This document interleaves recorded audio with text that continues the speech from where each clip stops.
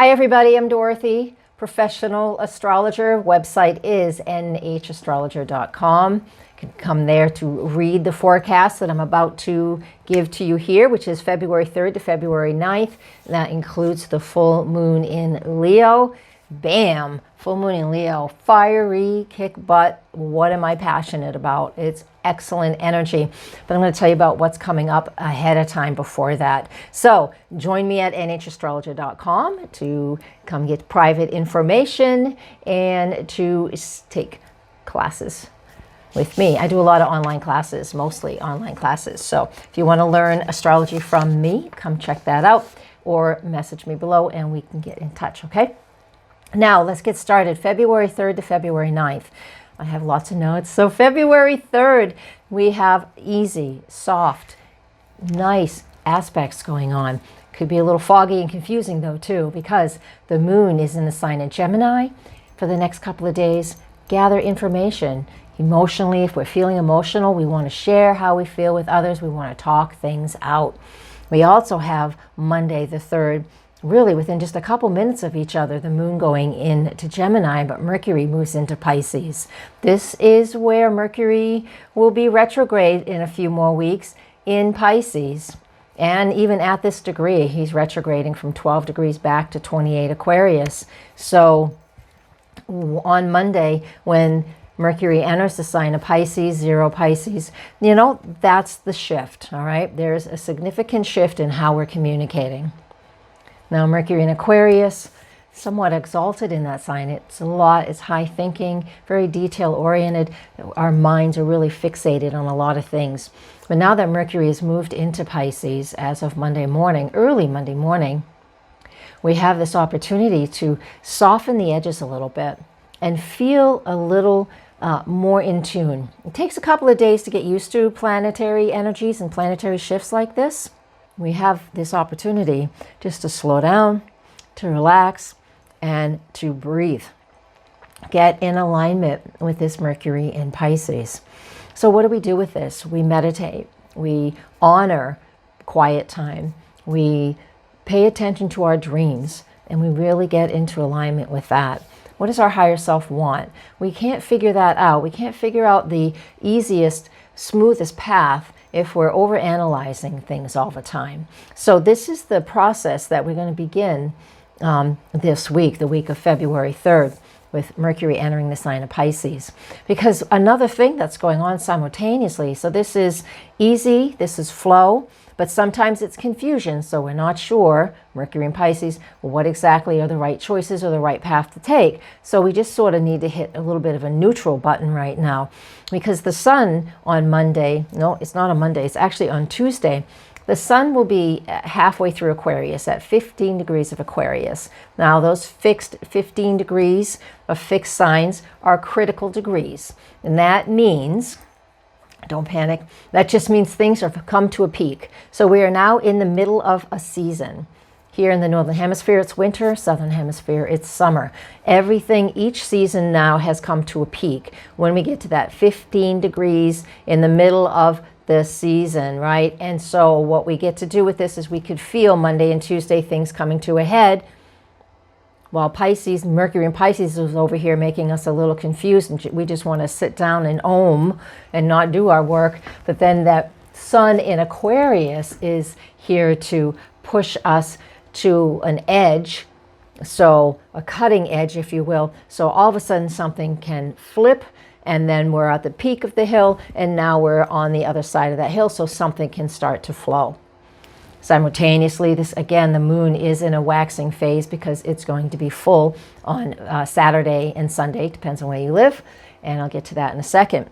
So take your time on Monday and Tuesday, because we're going to, on one hand, we have two separate, very different energies. We want to flow. We want to try and figure out how to get in alignment, and if things are too confusing, then we just need to sit back and let things be what they are just for a couple of days. Do what you have to do. I know we all have regular, normal lives, but do what we have to do, but allow that flow or that pause, okay? So take your time there. And then again, with that sun peaking at 15 degrees of Aquarius, and we know that there is some sort of shift that will happen as we move through the week. Now, Mercury on Wednesday, the 5th, will make a sextile to Uranus. Easy energy. This just means if we can find a way to get out of the rat race that's going on in our head, so to speak, and we are in the year of the rat, we have an opportunity for some enlightenment to come through. So be open to new, different, and unique ideas, and that is on Wednesday. So a nice problem-solving day. We have the moon in the sign of Cancer, and that was the sign it eclipsed back in January, right? Early January. And so the end of December into January, that's right. So we have an opportunity now with the moon in Cancer Wednesday evening and all of Thursday and even into Friday to just get more in alignment with how I want to care and nurture, what I need to feel more comforted and more taken care of at home, whether I need to do it for myself or I'm doing it for a family member. Speaking for you, saying I, right? So that's that piece. On Friday the 7th, we also have Venus entering the sign of Aries. So that means Monday, Tuesday, Wednesday, Thursday, and most of Friday. Venus has been at the very end of Pisces. She loves being in this sign. It is so comfortable, so romantic. It is like we really have an opportunity, again, to connect to that Piscean stuff, which is connect to our higher love, engage more compassion. Well, now she's in Aries. So once she moves into Aries, she'll be in that sign for a little over 3.5 weeks. That is an opportunity, and we'll feel it. It's a dramatic shift usually, and we can feel it. So Friday, that shift happens at 3 in the afternoon, East Coast time. Venus in Aries. Let's go get what we want. We feel very motivated and very agitated if we're not stepping in the right direction. Venus is not necessarily a fan of this zodiac sign because it's super masculine. And she's just finished with her, fluffy Glenda, the Good Witch dress, and now she has to put on a suit of armor, right? The planets, when they're in certain signs, they have to pick up and work their magic, if you will, through that zodiac sign. So as Venus has been in Pisces for quite a few weeks, it's like Glenda, the Good Witch. If you know the Wizard of Oz, it's big pink, and she comes through in a bubble. And Kim Rogers Gallagher, she always thinks of Neptune as Glenda, the Good Witch, and I think Venus is that way too, Venus and Pisces. But once she gets into Aries, like I said, is 3 p.m. on Friday, East Coast time.